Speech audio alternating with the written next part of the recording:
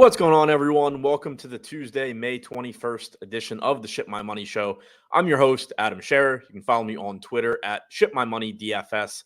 We have another 8-game MLB slate tonight. There's 6 games starting at 6:40 that are not included. I kind of like it. I kind of don't. But we have a nice 8-game slate tonight. One game with some potential weather concerns we'll have to keep an eye on in St. Louis. But looks like it should be another pretty fun slate. Last night I thought was pretty interesting. I won't say enjoyable because I didn't win anything, but last night was interesting. Tonight seems pretty interesting. Sorry for the late start today. Had some computer issues, but should be good to go now. Hopefully nothing crashes on us during the show. But we're going to dive right into it with Seattle and the Yankees. As a reminder, if you are watching this later on and you're looking for a specific game, you can see which game I'm on by whichever game is highlighted up here at the top in the banner on SaberSim. So starting with the Yankees and the Mariners, we have Clark Schmidt on the mound for the Yankees in a very good strikeout spot. Brian Wu is going for Seattle in a very difficult matchup. Not surprisingly, Wu is not getting any ownership, projected for about 3%. Only showed up in about 4% of the lineups that I built. Just doesn't look like a play that we really need to get to today. Yankee Stadium's a huge park downgrade for Wu. The Yankees, of course, are one of the best offenses in baseball. And then one of the biggest things is just this Yankees team doesn't strike out either. You know, it used to be that the Yankees would hit a bunch of home runs, but you had the potential to get 7, 8, 9 strikeouts against them any given day as well. That strikeout potential doesn't really exist anymore, but the home runs are certainly still there. So no real reason to be getting to Wu. Clark Schmidt, on the other hand, is expected to be very popular, and he should be projected for 32% ownership. He showed up in 32% of the lineups that I built. This Mariners team just cannot stop striking out. They struck out, I believe, 6 times yesterday against Stroman, who's not a strikeout pitcher. 28.8% K percentage against right-handed pitching on the season for Seattle. They do get the park upgrade here in Yankee Stadium, but to take advantage of that, you still need to be able to hit the ball. Clark Schmidt is also a solid enough strikeout pitcher, so it's not like you're just depending on Seattle to generate all of the strikeouts for him. He has a 27% strikeout percentage this year, 3.52 xFIP, good overall pitcher, reasonable price tag at $8,400. Certainly like getting there. Offensively, you can get to this game as well. Yankee Stadium, very, very good for home runs. It's around league average in terms of actual park factor for actual run production, but it's one of the best home run parks in baseball and in DFS. That's what we really care about. The Yankees have the higher implied run total. They are also more expensive, as you would expect. They are not really showing up that much as far as stacks go. They're actually coming in behind Seattle for me, which I'll explain in a second.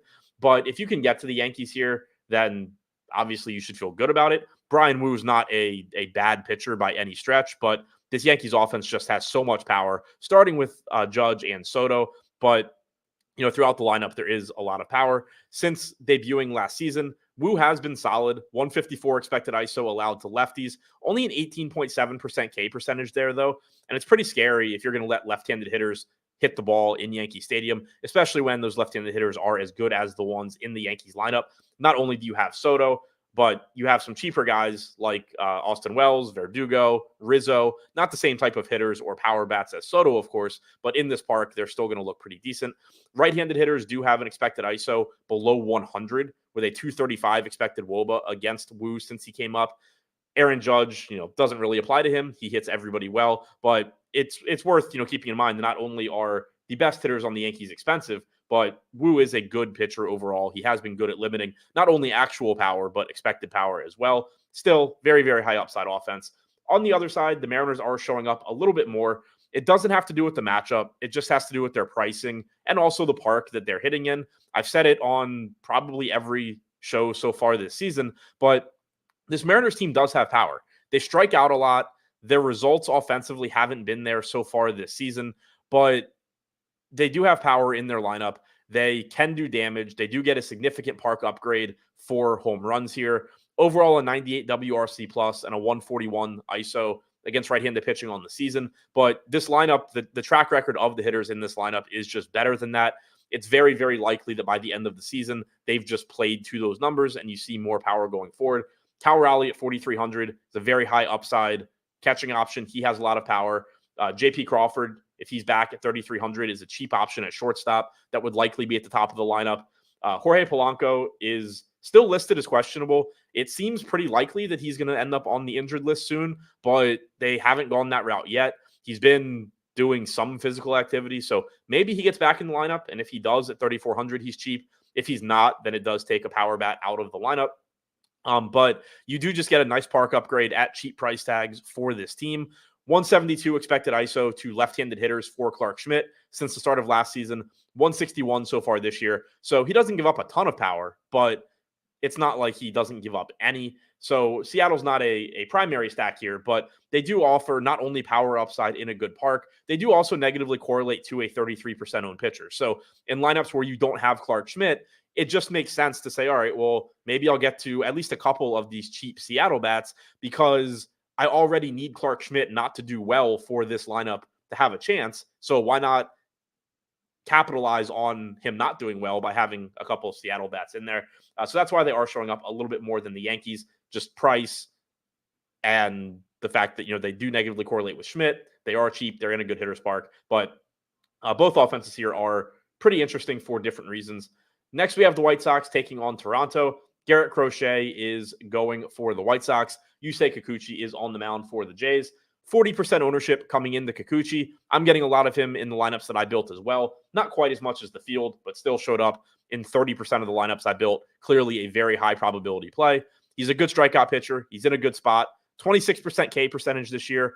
Only walking 4.8% of hitters as well. Gives you a very strong 21.5 K minus BB percentage. 3.04 xFIP. He's gone from a pitcher that had decent strikeout stuff, but would also give up a lot of power to just a very good pitcher that gets a lot of strikeouts, doesn't give up a lot of production elsewhere. And now he has a solid matchup against the White Sox as well. So far this season, he struck out 25.5% of lefties, 26.5% of righties, sub 300 expected WOBA to hitters from both sides of the plate. The White Sox active roster against left-handed pitching since the start of last season has a top 10 K percentage at 23.3%. Only a 73 WRC plus is the second lowest of any team. Colorado's been the only team worse against left-handed pitching. It looks like a really good spot for Kikuchi, even at that elevated $9,300 price tag. On the other side, Garrett Crochet is up to $9,500. Tough strikeout matchup against the Blue Jays, but a very, very good strikeout pitcher. He has the highest strikeout percentage on the slate at 33.7%. He's only walked 5.8% of hitters, 2.61 xFIP. Crochet is a very, very good, talented pitcher, and that's why he is getting double-digit ownership at this elevated price tag in a difficult matchup. But, keep in mind, we've already talked about two pitchers that are less expensive than him in really good strikeout spots, with Kikuchi on the other side of this game for $200 less, Schmidt facing the Mariners for $1,100 less. You obviously have 6 more games worth of pitching to go. So it is difficult to prioritize Crochet, but that ownership is pretty appealing when you just consider the strikeout upside that he gives you, the strikeout ability that he has. The next highest strikeout percentage on this slate this year is Kyle Bradish at 27.9%. You have 3 guys, or 2 because Joe Ryan's not on the slate, Schmidt and Bradish between 27 and 28%. So just from a raw strikeout standpoint, Garrett Crochet is the best pitcher on the slate. But again, tough matchup and all of that. I don't anticipate getting to either offense all that much. I don't really have a reason to. They're not showing up in the lineups I built. When you look at all stack types here, they are the bottom 2. If you want to say like, oh, well, I just want to play Vlad Guerrero at low ownership, I want to play these Blue Jays bats at low ownership, then fine. Davis Schneider's been hitting the ball very hard all season long. He has MPE, and he's projected for a lot of ownership right now, but nothing's really showing up to me offensively from this game. And I don't have any real issue with that because both of these pitchers are really good. I think you can make the ownership case for the White Sox in the sense that if Kikuchi gets blown up, you have a low-owned stack going against the 40% owned pitcher. There's only 8 games on the slate. But outside of that, I don't really see any reason to be getting to the White Sox. I don't really have much interest in the hitting in this game in general. The pitching is where I'm much more interested. Next, we have the Tigers taking on the Royals in Kansas City. Pretty high total in this game. Wind blowing out to right field, so that potentially helps power as well. We have Alec Marsh going for Kansas City. Casey Mize going for the Tigers. Neither of these pitchers are great. Marsh started off the season relatively well. He still has done a better job this year of limiting power to lefties than he had in the past, but those numbers have rebounded a little bit. Overall this season, Marsh has a 20.7% K percentage, 3.96 xFIP. Again, he hasn't been terrible, but he's not a great pitcher by any stretch. Casey Mize, 17.5% K percentage, 3.76 xFIP. So two pitchers here that have been pretty good at preventing runs, or at least at preventing hypothetical expected runs, but neither one has very good strikeout stuff. Neither one's going to look very good from a DFS standpoint. They do both look a little bit under-owned to me, but neither looks like a priority. Neither showed up in 10% of the lineups that I built. They're both projected for about 3% ownership. I do expect to get to some offenses here. Detroit and Kansas City showing up 5th and 6th amongst all stack types, 4th and 5th in 5-man stacks. And there's just a lot of pretty appealing hitting options in this game. Bobby Witt Jr. is always somebody that I try to get to, that I like getting to. He's only projected for 5 to 6% ownership here. Very, very high upside option. Now, again, you do have a lot of good shortstops on this slate. You have Witt, you have Mookie Betts in the Dodgers game, you have Gunnar Henderson potentially in the Orioles game. Amongst other guys. So it's not like you can just jam Witt in. He does have competition at the top of the pricing spectrum, but he looks good here against Mize. Tons of stolen base upside. In addition to obviously being a very good hitter, you get some cheap Tigers bats, which is why they're showing up as a good stack. Urshela, Keith are cheap. Kerry Carpenter has power. Riley Green's a very good young hitter. His price tag is elevated, but when you look at the rest of the salaries on Detroit, it's going to be pretty easy to fit him in. You see more ownership coming into the Tigers, particularly Urshela and Keith, because they're so cheap. Wencio Perez also getting about 10% ownership. So Detroit looks like the more popular team going up against Marsh. Marsh has allowed a 231 expected ISO to righties this year, only 140 to lefties. But if you go back to the start of last year, he has allowed power to both sides, 190 expected ISO to lefties over that time, 238 to righties. The Tigers, again, just look like a good value stack. Casey Mize, 159 expected ISO to righties, 159 to lefties, 122 to righties. Again, doesn't give up a ton of power, but you do just have solid, good young hitters in this KC lineup, not only with Witt, but you have Garcia most likely leading off. Salvador Perez has continued to be one of the best guys at barreling baseballs this season, despite being like 86 years old. He's still hitting the ball really, really hard. Michael Massey's affordable. Hunter Renfroe, if he's in the lineup, is affordable. Pasquantino is good. So KC, I think, is more of a contrarian stack, looking at the ownership and looking at how much of them I'm getting to in the lineups that I built. Detroit looks more popular, but they do give you value. You can build very good, high upside lineups around them as well. Atlanta taking on the Cubs in Chicago in what looks like a good spot for hitting. Winds blowing out to left field at around 25 miles per hour. So we have a Wrigley wind game. It's going to get ownership. It deserves ownership. You have not only a Wrigley wind game, but you have the Braves hitting in it. So tons of power here. The only negative offensively is that you do have two solid pitchers going. Charlie Morton is pitching for the Braves, Javier Assad is going for the Cubs. Neither of these guys are bad pitchers, but we know how Wrigley plays when the wind is blowing out. Very, very, as easy as it can be in Major League Baseball to hit home runs. Assad has been very good at limiting power. 139 expected ISO to lefties, only 113 to righties this year. Morton, 156 to lefties, 127 to righties. So again, neither of these pitchers are ideal for picking on, for targeting against. But other than that, the weather here looks really good for hitting. Morton's getting about 10 to 11% ownership. He showed up in about 13% of the lineups I built. It's mostly just because he has a cheap $8,100 price tag. He does have about a 24% K percentage this year, and he does negatively correlate with the Cubs. So there is a path to getting to Morton and, an argument for him being a decent SP2 in tournaments, but I don't think he's a priority given the weather and a relatively difficult matchup with the Cubs as well. Offenses are where we're going to want to get to today. Atlanta, all stack types, they're showing up the most often. Cubs are showing up fourth. Atlanta 5-mans are showing up the most. Cubs are showing up a bit further down the list. But it really is interesting to me how frequently Atlanta is showing up, because this is typically a very difficult team to stack because they're so expensive. So it reinforces, how good they look on this slate. Even though the matchup with Assad isn't great, he does allow you to put the ball in play. And that's important to keep in mind when you're talking about hitting conditions that are going to make the ball carry. If the Braves are able to hit the ball with how much power they have and with the wind blowing out, they're just going to look really good.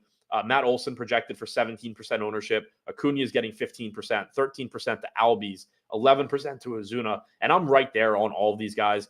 Ownership looks pretty much correct to me. This stack just looks very good. On the Cubs side, they look good as well. Not as good as Atlanta, but Christopher Morel at 4,500 looks solid. Dansby Swanson is essentially free at 2,800. Track record of being a good hitter. I don't get overly concerned about hitters early in the season. Guys just start slow sometimes. Much more often than not, they're going to just hit to the numbers that they always have. So far this season, still a 207 expected ISO against right-handed hitters for Swanson.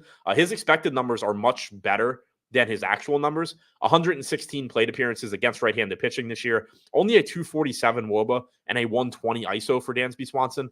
His expected WOBA is 327, so 70 to 80 points higher. His expected ISO is 207, so nearly 90 points higher than his actual. And then, like I said, these guys just generally are going to end up hitting the way that they always have. So I do think Swanson looks like a really strong value play at 2,800. Unfortunately, the field is projected to be there as well, but he looks good, or as good, as you can look really against Charlie Morton.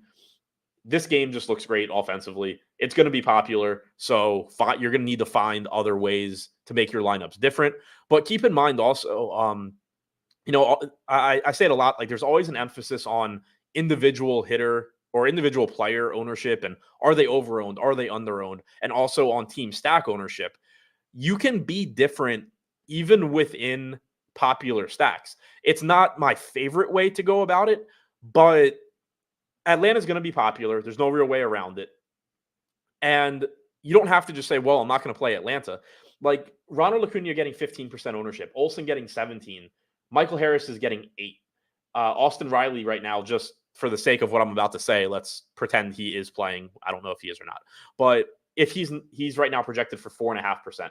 Do I want to play Matt Olson and Ronald Acuna if I'm stacking the Braves? Of course I do. But if I make a Braves stack that has Albies, Ozuna, d'Arnaud, Riley, Harris, I am at least somewhat different because a very high percentage of Atlanta stacks are going to have at least one of Olson or Acuna. So if Atlanta comes through and Olson and Acuna just walk a couple times, maybe they each score like 8 points, but it's Michael Harris Jr. or Michael Harris II and Austin Riley doing the damage, you are still contrarian because such a high percentage of those Brave stacks have those 8-point games from Olson and Acuna. So again, that's not my preferred way of going about it, but it is an approach. It is a way that you can get to Atlanta, and even on a relatively short slate like today, where maybe it's difficult to find low-owned guys that aren't just total garbage. That is a way you can go about it. We had the Yankees at really high ownership the other day on a small slate, and they had a big slate. It ended up not working out well for me, but I was looking through some of my Yankee stacks, and at first I was surprised because I had them paired with other popular teams. And then I looked at those individual lineups, and they were paired with other popular teams, but I avoided Judge, Soto, and like the most popular guy from the secondary stack. So it's a contrarian stack while still getting to the best offenses. That's one way you can handle ownership here. Again, you can also just find low-owned pitching. You can find lower-owned secondary stacks, but you can also be contrarian within these popular stacks that are in good spots. There's a ton of variance in baseball. Yes, Acuna and Olson are obviously the best Atlanta plays, but if you played this slate out 100,000 times, there is a ton of times where Atlanta has a good game and Acuna and or Olson do not, and it's other guys in the lineup. So that is one way you can handle ownership here. Now, before we get to the next game with Baltimore and St. Louis, a reminder, I do have a new site launching soon, Endgame Syndicate. I'm partnering with a few of the best DFS players ever, Utica, Brick75, Nerdy Tenor, doing high-level strategy advice, videos, DFS training, essentially teaching you how to improve on your own and be better, not be as reliant on everybody, giving you advice and all of that.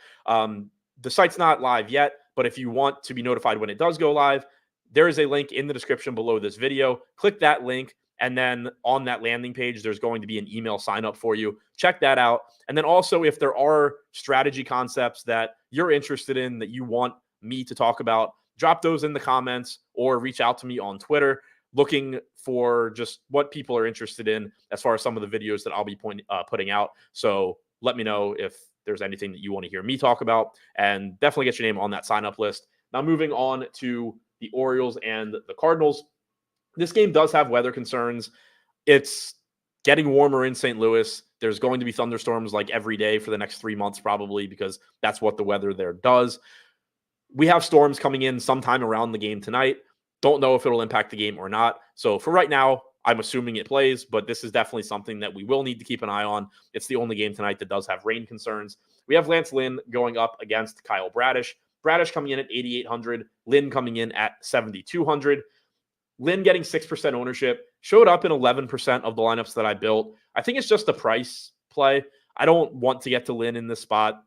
I played a ton of Sonny Gray yesterday, which should have gone a lot better than it did. Mason Wynn stopped being able to catch baseballs, which killed Sonny Gray's ceiling. But Sonny Gray is obviously not Lance Lynn. Gray is phenomenal. Lance Lynn is clearly on the back end of his career. He's only striking out 21% of hitters this year, 1.2 home runs per 9. He's allowing power to both sides of the plate, 4.38 xFIP. Tough matchup. The Orioles are a difficult team to strike out. They're an above-average offense, but Lynn is cheap. So if you need a low-owned contrarian play, you can roll the dice on him. He's the type of guy that maybe I would fit into like an Atlanta stack if I am playing the popular guys from Atlanta. Maybe you just roll the dice on Lynn, hope that it works out. I have no confidence that it does. On the other side, Kyle Bradish, 8,800. I'm a little bit surprised that he didn't show up in more of the lineups that I built, because he is a very good pitcher, and this is a very reasonable price tag going up against the Cards. It's not a bad offense, but it's not a great offense either. They've certainly gotten off to a relatively slow start this season. 11th highest strikeout percentage on their active roster against right-handed pitching this year at 23.5%, 107 WRC+. Bradish was a Cy Young contender in the American League last year. He's only made a couple starts this year, had a UCL injury, didn't require Tommy John surgery, but so far he's been sharp. 27.9% K percentage, 3.44 xFIP. Looking at his stuff plus this year, not as good as last year so far, but still well above average at 107.7. He has one of the best sliders in baseball. So I wouldn't be surprised if when I rerun stuff later, I'm getting to a little bit more Bradish, just because I do think that this is a good price tag. But I think, if I were to start getting around the field at 11 to 12%, that would make sense to me. In the 3 starts since he's been back, 84 pitches, 90 pitches, 85 pitches. They've had a little bit shorter leash on him than normal, but no like actual really strict pitch counts. It's kind of just been once he gets to like the mid 80s, he doesn't start a new inning. So that does potentially limit the true ceiling for him a bit, but there's also no guarantee that that doesn't change today. It's not going to be like that the rest of the season. I don't know when they'll change it. Like if he goes 5 innings today and he's at 85 pitches, 6 strikeouts, 2 hits, do they really take him out or do they let him get to 100? I don't know the answer, but there is at least a little bit of concern with that like right tail of his distribution, because I don't know how aggressive they'll be with him in the 5th, 6th inning, but it is a good pitcher. It is a decent spot. I don't really anticipate getting to a ton of the Cards. They are not showing up in the lineups that I built. I wouldn't really want them to. Again, Bradish is just a good pitcher overall. Since the start of last season, he's allowed a 149 expected ISO to lefties, 139 to righties. This park isn't great for home runs. On the other side, though, I do expect to get to the Orioles. You see them showing up 3rd most frequently in all stack types. You see them showing up 2nd most frequently in 5-man stacks. And this is another team that I typically have trouble getting to, even though I am never upset about getting to them. But today I'm not really having trouble getting there. 221 expected ISO to lefties, 350 expected WOBA to lefties since last season for Lynn. Nothing looks too different there. Lower strikeout percentage against lefties than righties as well, which has been a trend for most of his career. One thing that has changed for Lance Lynn as he has gotten older, he's always given up power to lefties. As he's gotten older, he has started giving it up to righties as well. 190 expected ISO to righties since the start of last season, 181 so far this season. Gunnar Henderson's one of the best players in baseball. He is expensive at 5,900, but he's projected for 18% ownership. He showed up in 15% of the lineups that I built. Just does not seem very difficult to get to him. Doesn't seem very difficult to get to a $5,700 Rutschman. Jorge Mateo gives you some value. He's not a great hitter, but he does steal bases when he gets on. 3,500 at second base is solid.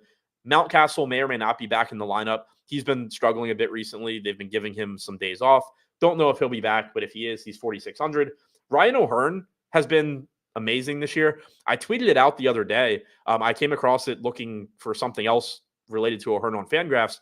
I knew that, he's obviously a really good hitter. I know that he's been amongst league leaders in barrels per plate appearance this year. He has a 9% walk percentage and a 9% strikeout percentage and a 12% walk percentage this year with a WRC plus of around 150, an ISO around 200. A lot of times when you see hitters just completely nerf their strikeout percentage like that, they lose a lot of power, but O'Hearn hasn't. He's somehow still hitting the ball hard. He's just not striking out, gets on base. He has slowed off. He has dropped off a bit in terms of expected WOBA over his last 50 plate appearances compared to the previous 50, but that's to be expected when you start out as well as he did. O'Hearn at 4,300 first base outfield, so he got first base eligibility back as well. He's going to look good. He's showing up about 13% of the time, and then you just mix in whatever other Orioles you can get. Mullins, Westberg, Santander, Cowser. These guys all give you plenty of upside. They're all reasonably priced. Westberg has MPE, so 4,900, there's some sticker shock there, maybe when you look at Westberg's name, but he's been amongst league leaders in barrels this year. He's hitting the ball hard consistently, and you get that MPE, so it makes him a little bit easier to fit into lineups. This is a really appealing team because of the matchup and also because of the positions that they play. Rutschman covers a weak catcher position. Henderson at shortstop, which, I was saying yesterday, it's not a weak position. You have some of the best hitters in baseball at shortstop, but if you're not playing an elite shortstop, you don't get a lot of power at that position. So it's sort of weak. Westberg MPE, O'Hearn MPE.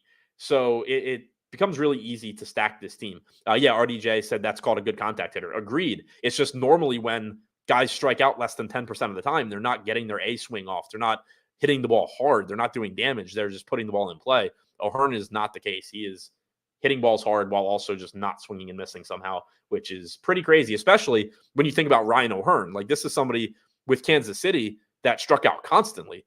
The power was always, or at least the power potential was always there, but he struck out a lot. And even, with the Orioles, he cut down on strikeouts a little bit, but it mostly was just, he figured out how to make quality contact when he did make contact. Now this year, he's just always making contact and still making quality contact. So really like getting to the Orioles. Again, just make sure that this game is playing because there are weather concerns there. Angels taking on Houston in the game that made last night's slate as the Angels somehow lit up Framber Valdez. Griffin Canning, Christian Javier facing off. $5,500 price tag for Canning, $8,600 for Javier. This is another spot on Javier where I don't know why I'm only getting 4%.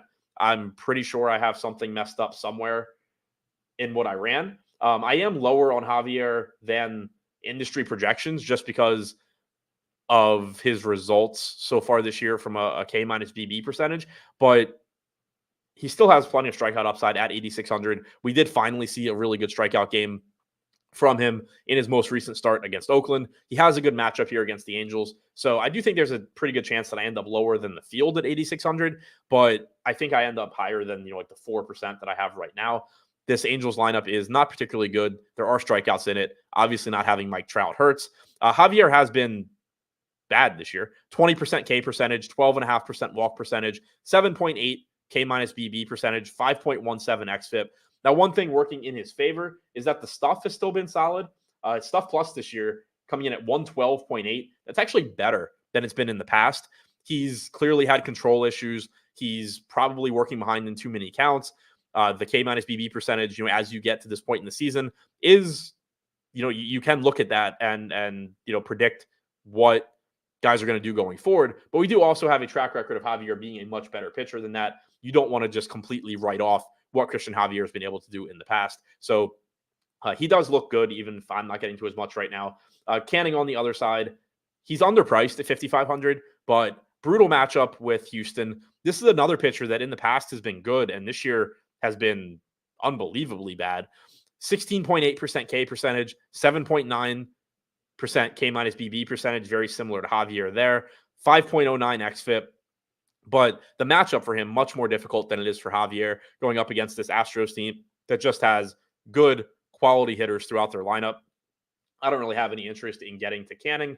Offensively, the Astros are going to look really good, showing up second most in all stack types, showing up third most in 5-man stacks. Doesn't really matter where you get to in this lineup. They're going to be good. Sean V said Canning's been solid lately. He has put together a couple of pretty solid starts lately. And it's like I was saying with Javier, you expect him to at least be better going forward than he has to this point. The chances of him just forgetting how to pitch during the offseason are pretty low. He's not old. If he's dealing with an injury, that's possible, but they would just stop pitching him sooner than later. So he is very likely to be better going forward than he has been to date. It's also unlikely that he just mows down this Astros lineup, given how good they are.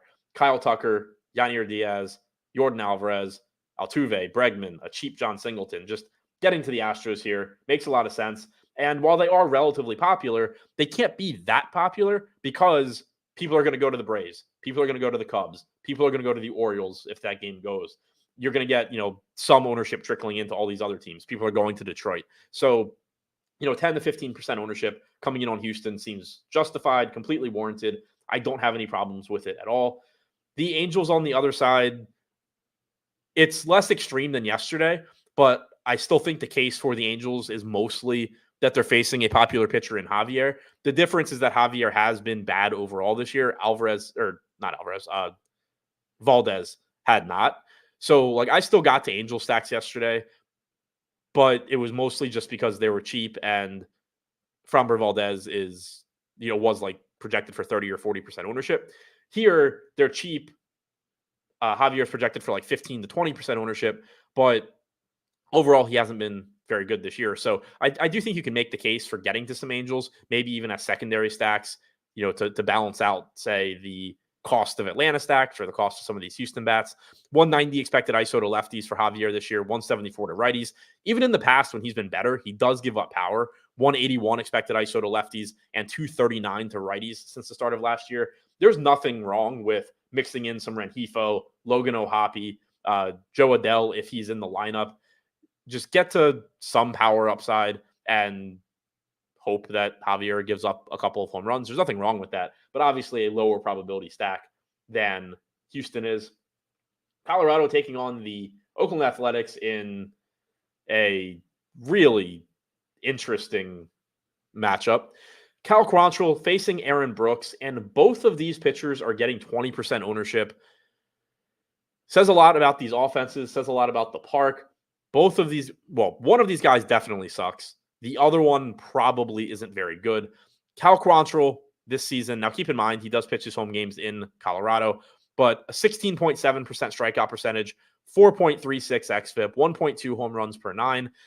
He is $6,000. He's facing an A's team that has the third highest strikeout percentage against right-handed pitching. So he is getting ownership. And I get it. It's a good point per dollar value. It opens up the expensive Baltimore bats. It opens up the expensive Braves bats. We haven't gotten to the Dodgers yet, but they're expensive, and obviously you like to play them. So Quantrill makes sense. On the other side, Aaron Brooks, 6,400, facing the team with the fourth highest strikeout percentage against right-handed pitching this year, 25% K percentage, only an 88 WRC plus for Colorado. Aaron Brooks, really have no idea what to make of him. So he hadn't really pitched in the majors in years. He briefly was with the Cardinals in, I believe, 2022. Spent some time in the KBO. I talked about it in his most recent start. He was going up against, I believe it was Houston. The Astros were really popular. I said that my one concern with Brooks specifically and pitchers like this, that they've pitched in the major leagues, 3, 4, 5 years ago. They weren't very good. Then they go to Korea. They go somewhere else. And then suddenly they're back in the major leagues. It's not that I'm worried that suddenly they are like an all-star pitcher or anything, but even though Oakland's not, the best team and all of that, if Aaron Brooks were just the Aaron Brooks from 5 years ago, Oakland would say, yeah, no thanks. We're not interested. We're going to just let some young guy in our farm system get major league experience. they most likely saw something in Brooks, some sort of improvement. So they're giving him a chance. So it's really difficult to project guys like this because they haven't pitched in affiliated ball in a few years. We don't really know what to make of them. We don't know what improvements they've made. But Brooks is probably, or at least there's a decent chance that Brooks is just better than he has been in the past. That's not to say he's a good pitcher. The reason he's getting ownership here is simply that he's facing the Rockies, and the Rockies suck, and he's only 6,400. Aggressive Goose said Quantrill's put together some solid starts lately. Yeah, his overall run prevention numbers this year, 4.36 xFIP isn't bad.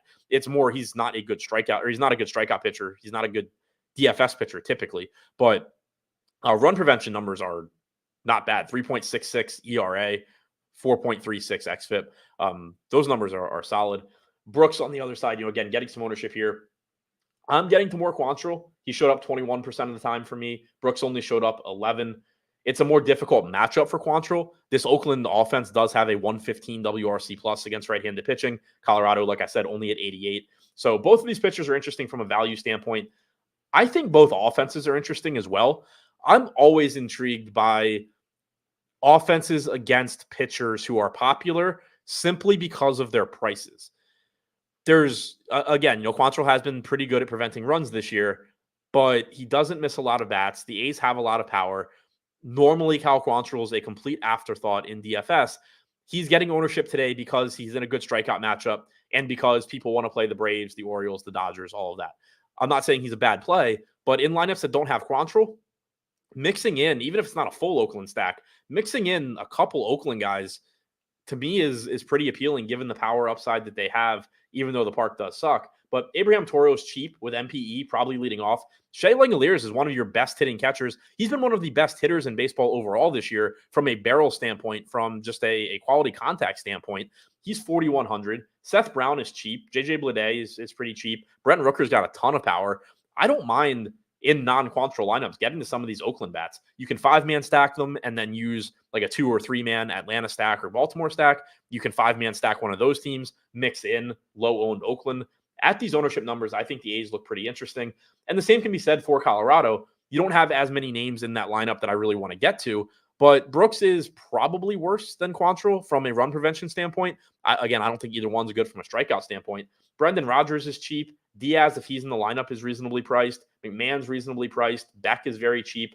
So this isn't a park where I love getting to hitting, but with the ownership coming into these pitchers, I wouldn't be surprised if, especially in larger field tournaments, I end up mixing in a good amount of probably Oakland and maybe Colorado bats, just because of the ownership coming into these pitchers and who the pitchers are.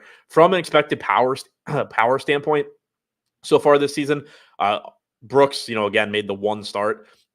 We don't really have any real data on him. Quantrill, 164 expected ISO to lefties, 348 expected WOBA, 113 expected ISO to righties, 298 expected WOBA. So again, typically you get him with left-handed power. Oakland doesn't have a ton of that, but I like Langoliers. I like Rooker. I don't mind getting into some Seth Brown, Toro, Bleday. Arizona facing the Dodgers to round out this slate.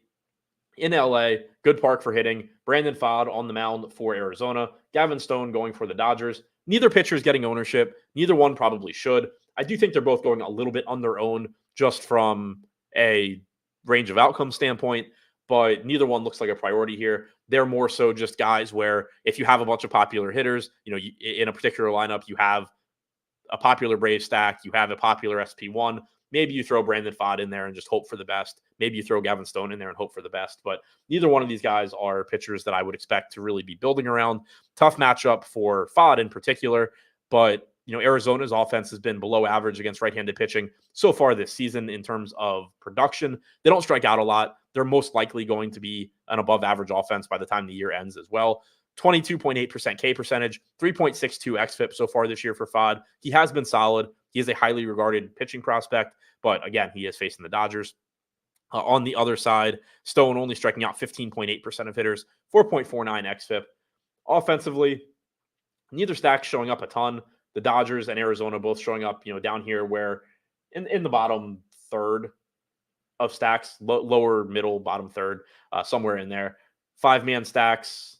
Arizona showing up middle of the pack, Dodgers showing up below them because of pricing. I don't hate getting to either offense. Arizona, like I said, probably does end up being a better offense by the end of the season than they've been so far this season.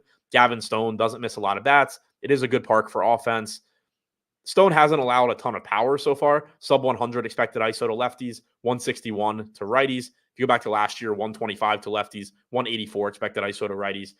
But Christian Walker has power. Ketel Marte has power. Suarez, Peterson, Carroll. These guys all have upside at very low ownership. So they could be, maybe you 5-man stack them, mix in a couple of the popular Braves bats as opposed to going to 5 Braves. Something like that could work. I don't think they're a priority stack, but the pricing and just name value is good enough. The Dodgers are obviously the team that we're more interested in, even though they do have the more difficult matchup against FOD. Shohei Ohtani, whenever you can get there, you're happy to. Same goes for Mookie. Teoscar Hernandez has power. Freddie Freeman has some power. We saw the grand slam last night. That was good to see. He struggled a little bit to open the season. But I kind of think whatever bats you can get to from the Dodgers, you're going to be happy about. It's just difficult to prioritize them because, for example, Mookie Betts is obviously great, but I would rather get to Gunnar Henderson for sure. I would probably rather get to Bobby Witt Jr. And those are just, your top end shortstop options. Obviously, you can go other routes at shortstop as well. Shohei, first base, outfield, I really want to get there, but he's 6,500 at positions that you can get a ton of power for, $1,000 or $1,500 less. So it does look difficult to prioritize the Dodgers, especially when you factor in that, again, FOD is a pretty solid pitcher, but the difficulty prioritizing them does sort of make them appealing in tournaments because everybody's aware it's going to be difficult to prioritize them. And you're going to be getting what is projected to be, sub 10% ownership across the board on the Dodgers, while the field plays 15% owned Braves and 15% owned Orioles. So again, I prefer the Orioles. I prefer the Braves. I prefer those stacks in terms of how likely they are to succeed. And I don't really think any of them are going over owned, but you are likely to get lower ownership on this ridiculously good offense than several other offenses on the board today. So that wraps up the game by game portion. Just to recap, favorite pitching, Clark Schmidt taking on the Mariners, Yusei Kikuchi taking on the White Sox. They both look very good. I like Cal Quantrill from a value standpoint at 6K. Favorite contrarian pitcher is none of them.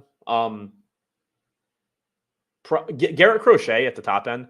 I do like if you can get there. I don't like him to the same extent that I liked Sonny Gray yesterday, but I do think it's a similar spot to Sonny Gray. You had everybody going to Pablo Lopez for a couple $100 less than Gray. I jammed in Sonny Gray for a little bit more, much lower owned. Obviously, that particular pivot worked out, but you kind of get the same thing here with Crochet. It's not an ideal matchup against Toronto. I agree that Kikuchi and Schmidt should be more popular, but you're getting the best strikeout pitcher on the slate at a fraction of the ownership of some of these other pitchers. So I do like Garrett Crochet as a contrarian play. These other guys that are showing up, I wouldn't say I like any of them. I think they just sort of are going a little bit under-owned. Any of them are fine in large field tournaments if you just need a low-owned guy. But the guy that I would actually be happy to see that I'm getting over the field on is Garrett Crochet. Offensively, I like, from a stacking standpoint, I'm with the field. I like Atlanta. I like Houston. I like Baltimore. I like the Cubs. Kansas City looks like a solid contrarian stack to me. Oakland looks like a solid contrarian stack. Seattle's interesting from a leverage standpoint. The matchup does suck, but they get the park upgrade in New York.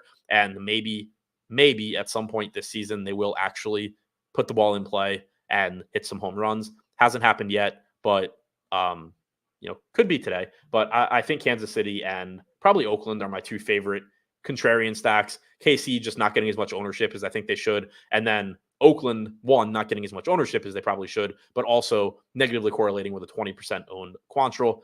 Home run pick, I will go with, Gunnar Henderson is, I guess, probably maybe cheating, but I feel like it would be more cheating to go to the Braves in a Wrigley win game. So I'll go with Gunnar to get one off Lynn, assuming that game cooperates.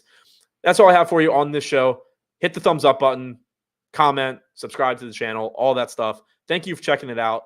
Enjoy the rest of your Tuesday. Good luck on your lineups tonight.